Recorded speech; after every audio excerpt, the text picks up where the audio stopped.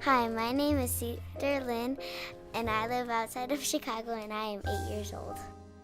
I think what $500 is a lot of money. What do you want to be when you grow up? Art teacher. You want to be a teacher? Art teacher. You want to be an art teacher. How much do you think an art teacher makes? A lot of money, How much is a lot? like $10 maybe. $10 a week? $10 a day? $10 a week.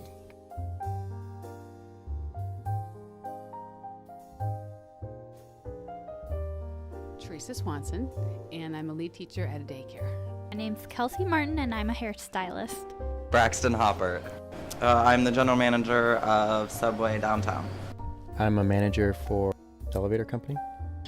My name's Aaron Moreno. I'm an adjunct instructor at the community college that I work at. My name is Neil Sylvan, and I am a bookseller. I own a bookshop.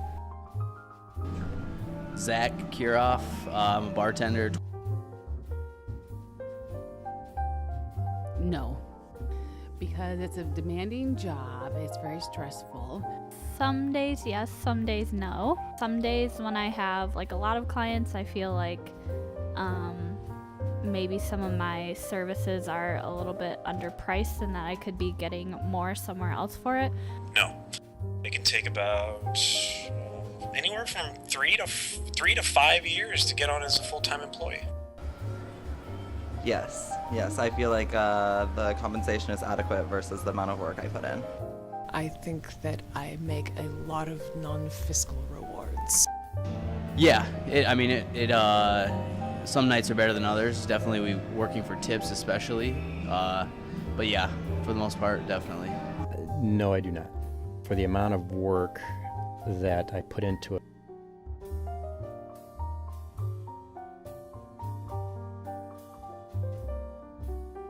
I mean, I work part-time, but it feels like it's full-time because I go the extra mile. You're caring, you care about the kids, and that's what you want to do. It's your life's passion. You want to do this job. You don't do it for the money, obviously. You do it because you love the kids. Money is nice. Money helps me keep the doors open and the cats fed and the employees paid. But I didn't go into the business to make a fortune. There are a lot of things about my job that are a tremendous joy. I enjoy watching children learning to read. I enjoy watching people discover books or authors that they didn't know about. I enjoy having conversations with the very bright people in this town about the things that fascinate them. Last year, because I just did my taxes, 2012, I made around 18,000. Probably I would say right around about 35 a year though. I take home about $10,000 a year. My base salary is $125, and then at the end of the year, I'm eligible for a bonus, depending on how my branch performs for the year, which is 20% of my salary. Or I make like $9 an hour, and I usually work like 36 hours a week. I would say I make about, $200 a week.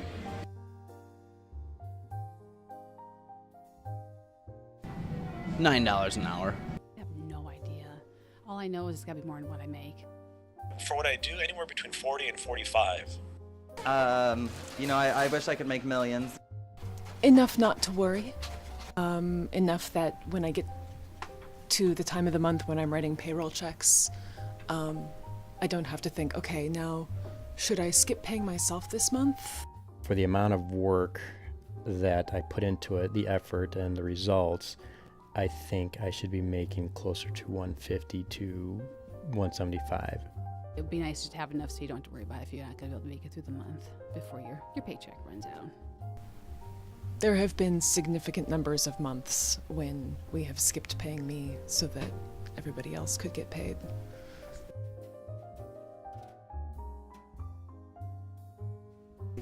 I think the American ideology is extraordinarily misleading. Not everyone can make it big. Not everyone is equal.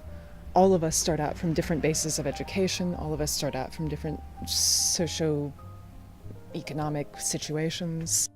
Current debt is astronomical, and something like that cannot be sustained. It's just common sense. So yes, I am worried about where the direction that the United States is heading in, and consequently, I'm worried about my own future. It's nerve-wracking for me and for my children, because I already know I'm going to have to send them to school, and by the time they graduate, they're going to have an easily over $100,000 worth of debt, and still doesn't guarantee them a job, a good working, a chance for a career. I am in debt $100,000. I was 26 and female when I wanted to buy a business, and everyone told me no, because I was 26 and female. The banks or? Banks, individual investors, I asked everyone. And how did you do it? Well, I asked my grandfather for a loan, and my grandfather had faith in me, and I got him paid back in 2 years. So it worked. So it worked, but boy, it sure wasn't America who footed the bill. I'm in a union-based company right now. I can't tell you how many employees I've come across that they don't deserve the hourly pay that they are getting. Now, it's not to say that they all don't deserve it. Some do, and some of them are just as frustrated because they're making the same amount of money. Their potential for pay is the same as the person working right beside them, and they're doing a fraction of the work. This is not the America that the media tells you that it is. But it's not a bad place. I think we're getting further and further away from just good old-fashioned, hard-working, you get what you deserve, versus I'm entitled to this, I'm entitled to this amount of money, I'm entitled to these benefits because I've got a degree from this school. I guess I'm trying to make a moral stand for what I think America should be. A lot of people who are taking personal responsibility for doing something worthwhile.